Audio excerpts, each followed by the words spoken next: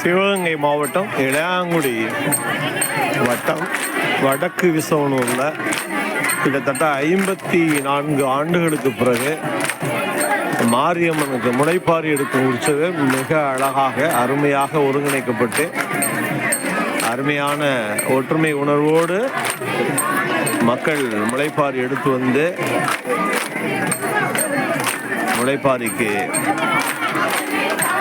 முளைப்பாரி பாடலுடன் அழகான கும்மி பாட்டோடு அருமையாக இறைவனுக்கு காணிக்கை செலுத்தப்படுகிற நிகழ்ச்சி